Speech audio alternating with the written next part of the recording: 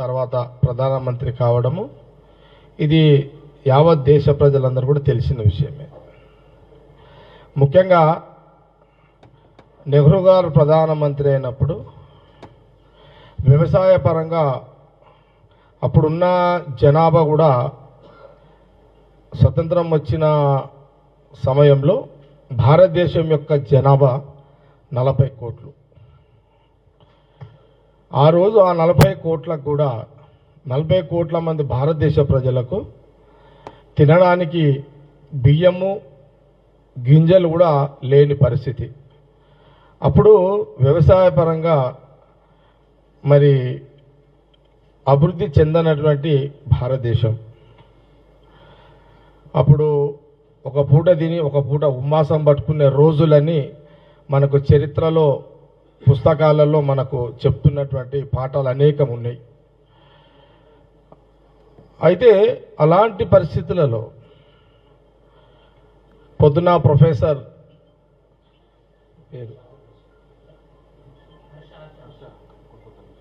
కలకత్తా నుంచి ప్రొఫెసర్ హర్ష గారు రావడం జరిగింది.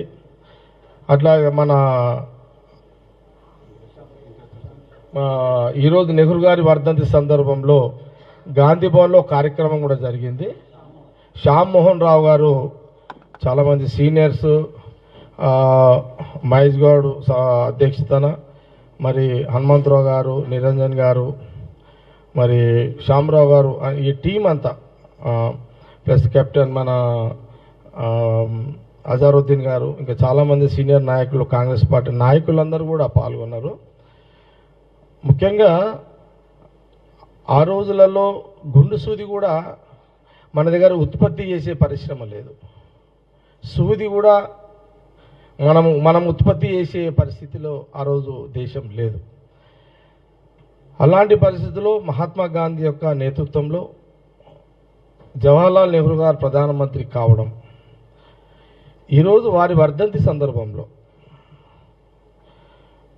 అదే కాకుండా చాలా సందర్భాల్లో మీడియా పరంగా అనేక మనం ఆ మధ్యలో చాలా సందర్భాల్లో చెప్పడం జరిగింది. ప్రధానంగా ఆ రోజు మహాత్మా గాంధీ గారితో పాటు నెహ్రూ గారు స్వాతంత్ర ఉద్యమంలో 16 సంవత్సరాలు జైలు జీవితం గడిపాడు. 16 సంవత్సరాలు ఈ దేశానికి జైలు జీవితం గడిపాడు. 17 సంవత్సరాలు ఈ దేశానికి ప్రధానమంత్రిగా కూడా వారు ఉన్నారు నెహ్రూ గారు. ఇది నెహ్రూ గారి యొక్క, జవహర్లాల్ నెహ్రూ గారి యొక్క చరిత్ర.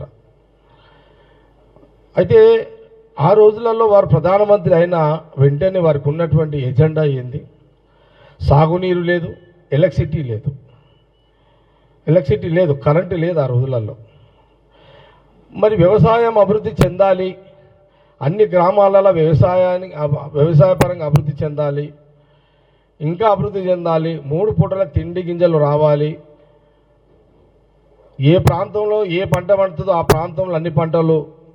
ఇప్పుడు సపోజు మన తెలుగు రాష్ట్రాలలో వరి, బియ్యము, నార్త్ పోతే గోధుమలు, కొన్ని ప్రాంతాల్లో పోతే జొన్నలు, ఇట్లా తినే బండారాలు అన్నీ కూడా, ఇవన్నీ కూడా ఇవన్నీ పండించాలి అని ఆ రోజులలో మనం తినాలంటే కూడా తిండి దొరకని ఆ యొక్క పరిస్థితులలో నెహ్రూ గారికి ప్రధానమంత్రి కాగానే ఆ రోజులలో ఇది పెద్ద ఇది చిన్న సమస్య కాదు, ఇది పెద్ద సవాల్. ఇది సవాలు ప్రధానమంత్రి గారికి. అయితే వారు ఏం చేసిరంటే అన్ని భారతదేశంలో అన్ని గ్రామాలలో సస్యశ్యామలం కావాలి, ప్రతి వాడికి 3 పూటలు తిండి దొరకాలంటే వ్యవసాయపరంగా అభివృద్ధి చెందాలి అని ఆ రోజు మరి పండిత్ జవహర్లాల్ నెహ్రూ గారు ఆ రోజున వారు ప్రాధాన్యత వ్యవసాయానికి పెట్టుకోవడం జరిగింది. వ్యవసాయానికి పండించాలంటే 2 కావాలి, ఒకటి నీరు, ఒకటి కరెంటు. అందుకే వారు ఏం చేశారు, ఇమ్మీడియట్లీ కరెంటు కావాలి, నీరు కావాలి కాబట్టి ఇమ్మీడియట్లీ వారు డ్యామ్ల యొక్క ప్రాధాన్యత పెట్టుకోవడం జరిగింది. అందుకే మన కృష్ణా పరివార ప్రాంతం ఏదైతే ఉందో, ఇప్పుడు సపోజు మన ప్రాంతంలో నాగార్జున సాగర్, శ్రీశైలం, అంటే నాగార్జున సాగర్, శ్రీశైలం 2 డ్యాములు ఇమీడియట్లీ దాన్ని టేకప్ చేసి దానివల్ల వాటర్ సోర్స్ను పెంచుకొని వ్యవసాయాన్ని అభివృద్ధి చేసేదానికి ఆ డ్యామ్ల నిర్మాణం, దానితో పాటు కరెంటు ఉత్పత్తి కూడా అక్కడ.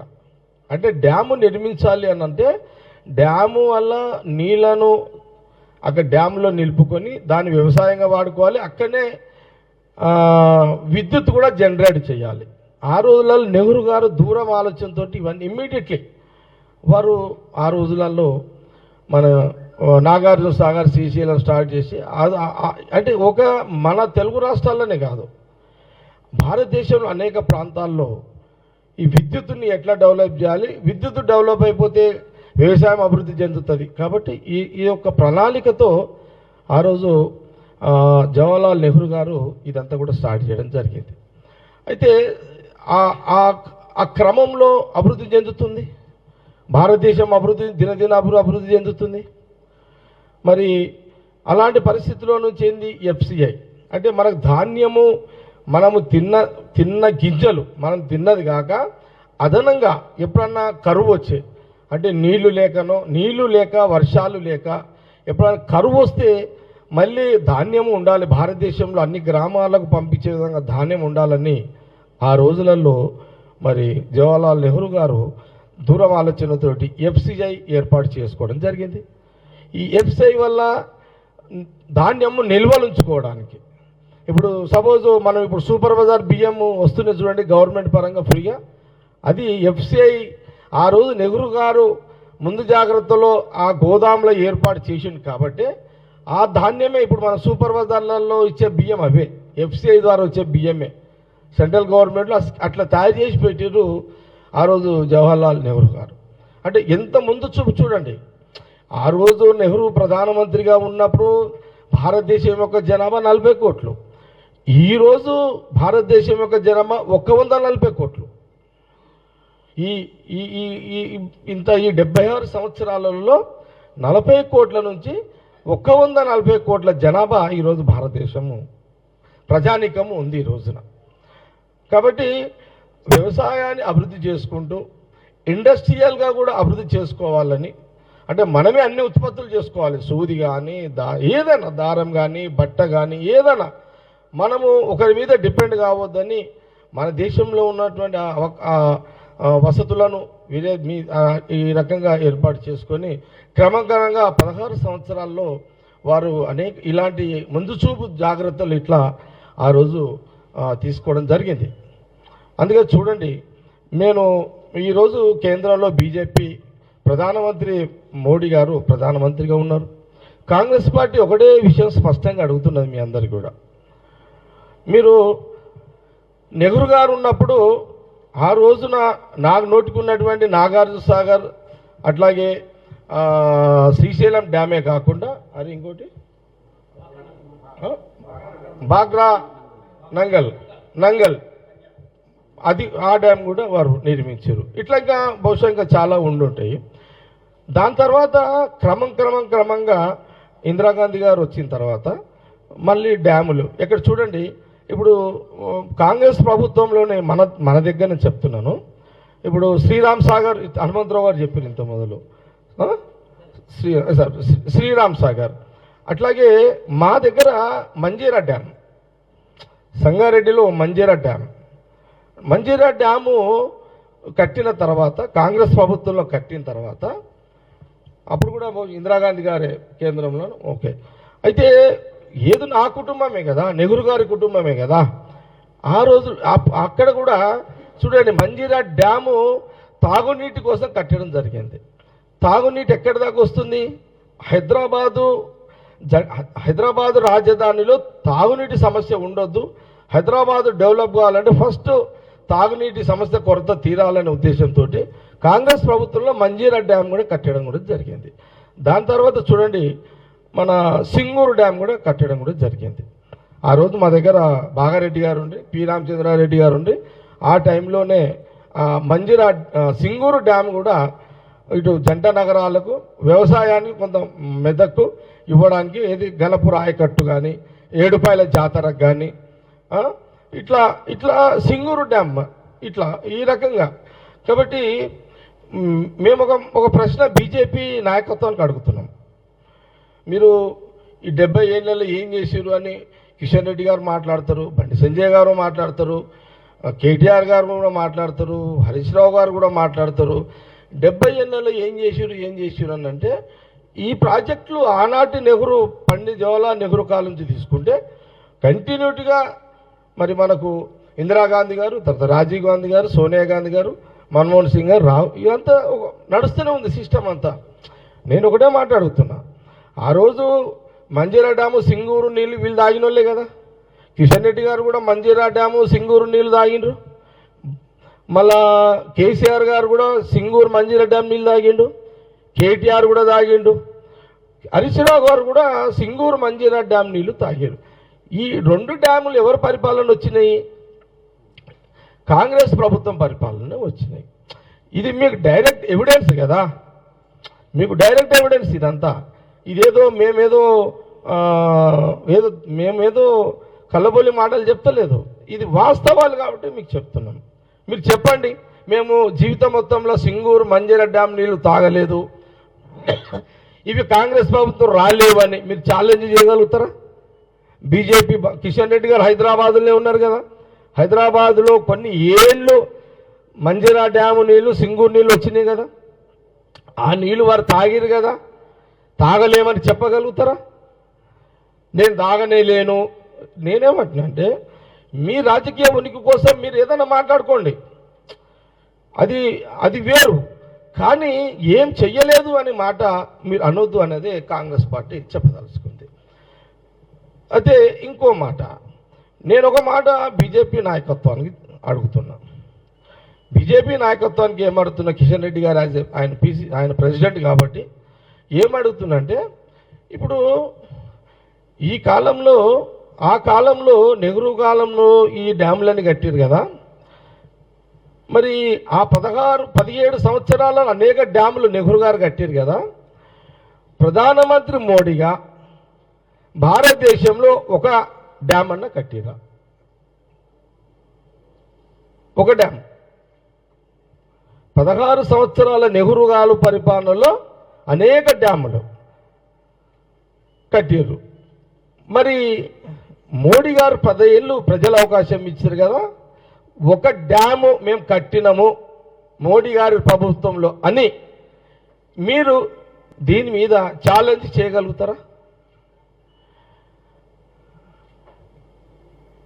కాబట్టి మీరు ప్రభుత్వము, పరిపాలన, ఆ కుటుంబము నెహ్రూ గారి కాలం నుంచి ఈనాటి వరకు కూడా ప్రజలకు కడుపు నిండా తిండి ఉండాలి, ఆర్థికంగా ఎదగాలి, స్వయం శక్తితో ఎదగాలి, ఆర్థిక వనరులు పెంపొందించుకోవాలి, వ్యవసాయాన్ని ఎప్పటికప్పుడు అభివృద్ధి చెందే విధంగా చేయాలి, ఇండస్ట్రియల్ పరంగా ఎప్పుడప్పుడు చేస్తూనే ఉండాలి. ఇది ఆనాటి జవహర్లాల్ నెహ్రూ కాలం నుంచి తీసుకుంటే మొన్నటి వరకు కూడా సోనియా గాంధీ, మన్మోహన్ సింగ్ ప్రధానమంత్రి గారు ఉన్నంత వరకు ఇలాంటివి జరిగింది. ఇండస్ట్రియల్స్ కూడా మీరు చూడండి, చాలా సందర్భాల్లో చెప్పడం జరిగింది. ఇందిరాగాంధీ గారు ఉన్నప్పుడు బిహెచ్ఎల్ కానివ్వండి, ఎక్రిసాట్ కానివ్వండి, ఆర్డినెన్స్ ఫ్యాక్టరీ కానివ్వండి, బీడిఎల్ కానివ్వండి, అట్లాగే ఐడిపిఎల్ కానివ్వండి,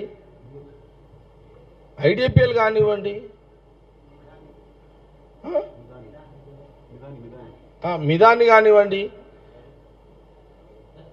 ఓకే మిదాన్ని ఓకే, అంటే మనము గుర్తుపట్టేటే దివైతున్నాయి కదా. బిహెచ్ఎల్ ఉంది, ఎక్రిసాట్ ఉంది, బీడిఎల్ ఉంది, ఆర్డినెన్స్ ఫ్యాక్టరీ ఉంది, ఐడిపిఎల్ ఉంది కదా, ఈసీఎల్ కూడా ఉంది, బీడిఎల్ చెప్పిన. అంటే నేనేమంటున్నానంటే ఒక ఇండస్ట్రీ మోడీ గారు ఒక డ్యామ్ కట్టినట్టు కానీ, ఒక ఇండస్ట్రీ కట్టినట్టు కానీ మోడీ గారు కట్టిర్రు అని మీరు ఎక్కడైనా చెప్పగలుగుతారా? వైజాగ్ స్టీల్ ఎవరు? విశాఖపట్నం స్టీల్ ఎవరు? వైజాగ్ స్టీల్ కాంగ్రెస్ ప్రభుత్వమే కదా, అరే కాంగ్రెస్ కదా, కాంగ్రెస్ ప్రభుత్వమే. మీరేం చేసిర్రు? వైజాగ్ స్టీలు కార్పొరేషన్ చేసి ప్రైవేటీకరణకు దాని ప్రపోజల్ చేసిర్రు. బీడీఎల్ కూడా ప్రైవేటీకరణకు ప్లాన్ చేసిర్రు. ఆర్డినెన్స్ ఫ్యాక్టరీ కూడా ఇప్పుడు ప్రైవేటైజేషన్కి ఆల్రెడీ కార్పొరేషన్ చేసేసారు. ఇప్పుడు బిఎస్ఎన్ఎల్ ఏంటి పరిస్థితి? ఎల్ఐసి ఏంటి పరిస్థితి? ఎల్ఐసి పరిస్థితి ఏంటి? అంటే ఇవన్నీ ప్రాపర్టీస్ అన్ని ప్రజల ప్రాపర్టీస్. ఈరోజు లక్షల కోట్ల విలువైన ఈ ప్రాపర్టీస్ అన్నీ కూడా ఒకరిద్దరు కార్పొరేట్ వ్యవస్థలకు ప్రైవేటీకరణ చేస్తూ కార్పొరేషన్గా వాళ్ళకు ఇవ్వడం జరిగింది. అంటే నెహ్రూ కాలం, జవహర్లాల్ నెహ్రూ కాలం నుంచి తీసుకుంటే మొన్నటి వరకు సోనియా గాంధీ, మన్మోహన్ సింగ్ గారు ఉన్నంత కాలము ఏదైతే ప్రభుత్వం ఆస్తులను పెంపొందించుకుంటూ అందరికీ ఉద్యోగ అవకాశాలు, వ్యవసాయ పరంగా అందరికీ అభివృద్ధి, ఇట్లా రకరకాలుగా ఉపాధి హామీ, గ్రామీణ ప్రాంతాల ఉపాధి హామీ ద్వారా అందరికీ మేలు జరిగేటట్టు ఇది వాస్తవం. ఇది సరే, జనాలు మా కాంగ్రెస్ మా యొక్క ప్రయత్నము మీడియా ద్వారా మా ప్రయత్నం మేము చెప్తూనే ఉన్నాం, చేస్తూనే ఉన్నాము. ఇది కూడా ప్రజలు గమనించాలని. అరే, ఒక్క డ్యాము కట్టని ప్రధానమంత్రి గురించి ఇన్ని మాటలు నడుపుతారే బీజేపీ వాళ్ళు.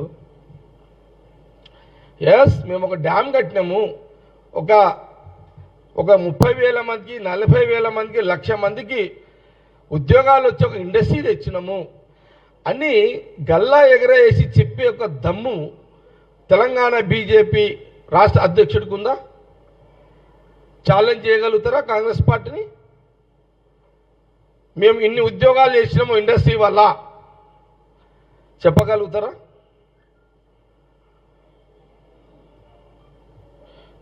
సరే, ఓకే. కాబట్టి ఈ విషయాన్ని ప్రజలు, తెలుగు ప్రజలు, దేశ ప్రజలు ఆలోచన చేసుకోవాలని మేము ఈరోజు